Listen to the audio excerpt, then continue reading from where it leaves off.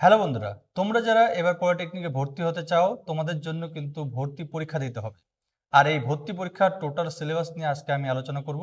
তোমরা দেখতে পাচ্ছ আমি এখানে সবকিছু লিখে রেখেছি।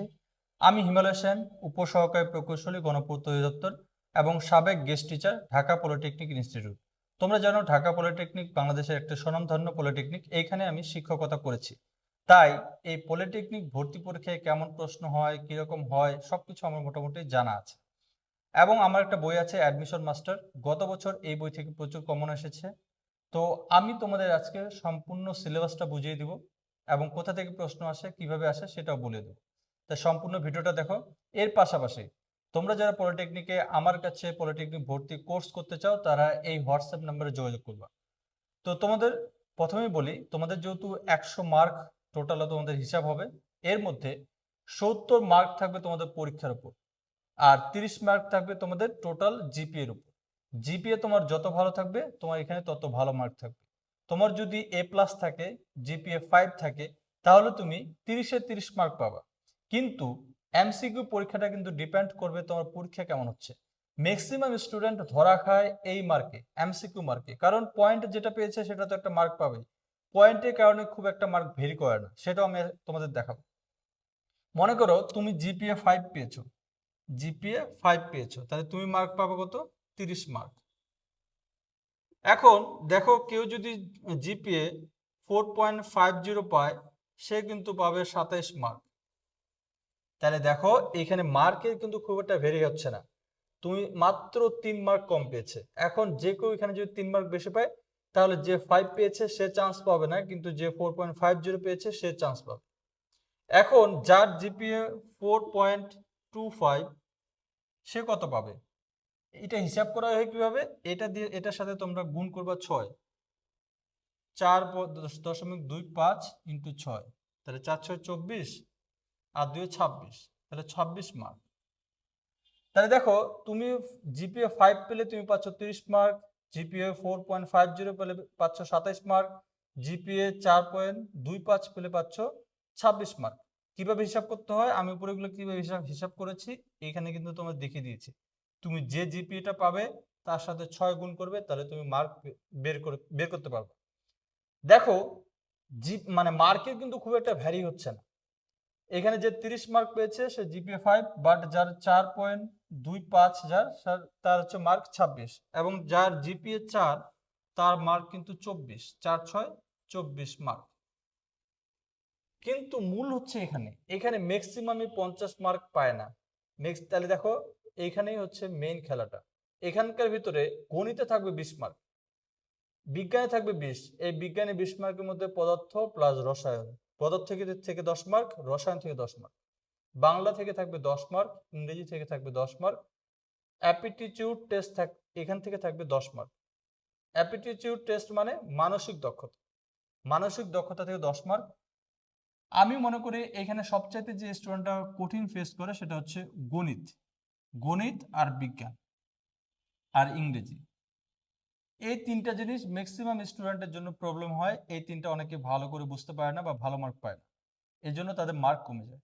এখন দেখো, যারা ভালোভাবে প্রিপারেশন নিবে 70 মার্ক, ভালো স্টুডেন্ট কত পাবে? 55 থেকে 60 মার্কের ভিতর 55 মার্ক মনে কর পাইলো। যার সিজিপিএ 4.50, সে যদি 55 মার্ক পায়, তাহলে এর সাথে 27 যোগ হবে, তাহলে দেখো তার মার্ক কত হয়ে যায়? 2 আর এখানে 8, 82 মার্ক। কত? যার জিপিএ 4.50, তার কিন্তু 82 মার্ক চলে আসলো। 55 মার্ক যদি সে এমসিকিউ থেকে পায়, আর 27 মার্ক তার সিজি এর উপর 82। কিন্তু যার জিপিএ 5, মনে করে একজনকার জিপিএ 5 আর সে এখানে পাইলো 50, তার 5 এর জন্য, জিপিএ 5 এর জন্য পাইলো 30 মার্ক, তাহলে তার কত হয়ে গেল? 80। তাহলে দেখো, যার 82 মার্ক সে কিন্তু আগে আছে, যার 80 মার্ক সে কিন্তু এর পরে আছে। আর এই ভর্তি পরীক্ষাগুলো মানে কম্পিটিশন হয় এখানে যে কে এমসিকিউ পরীক্ষা ভালো মার্ক পাচ্ছে।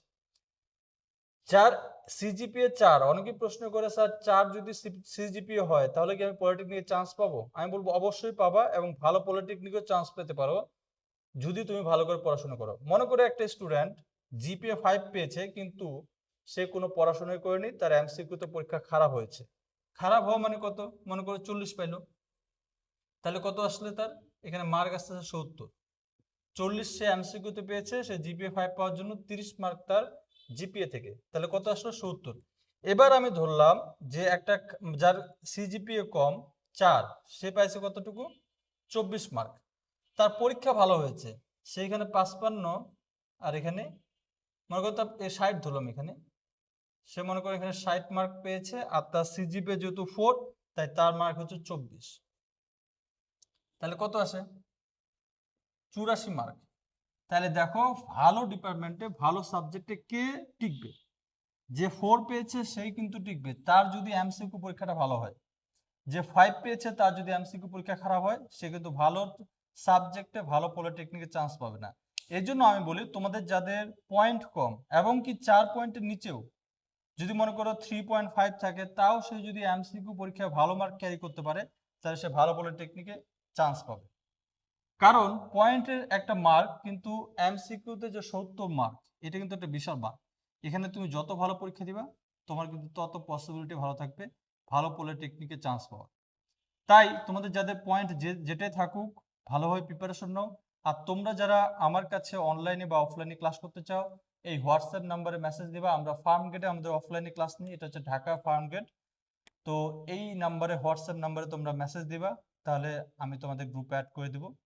আর আমার লেখা যে বই, সেটা হচ্ছে অ্যাডমিশন মাস্টার, পলিটেকনিকের জন্য বেস্ট বই, অ্যাডমিশন মাস্টার। এই বইটা পড়লেই তোমাদের এনাফ, এর বাইরে আর অন্য কোনো বই পড়তে হবে না। কারণ গতবার পলিটেকনিক ভর্তি পরীক্ষায় প্রায় 90% এই বই থেকে কমন পড়েছে। তো এই বইটা যদি ভালো করে কভার করতে পারো, তাহলে তুমি ভালো মার্ক কমন পাবা। আর আমরা যেহেতু অনলাইনে বা অফলাইনে ক্লাস করি, এই বইটা তোমাদের সম্পূর্ণটাই A to Z কমপ্লিট করে দেবো। তো তোমরা যারা ক্লাস করতে চাও, তারা এই হোয়াটসঅ্যাপ নাম্বারে মেসেজ পাঠাও। আর যারা মডেল টেস্ট দিতে চাও, তারা আমাদের সাথে যুক্ত থাকতে পারো। সবাই ভালো থাকবে। Good bye.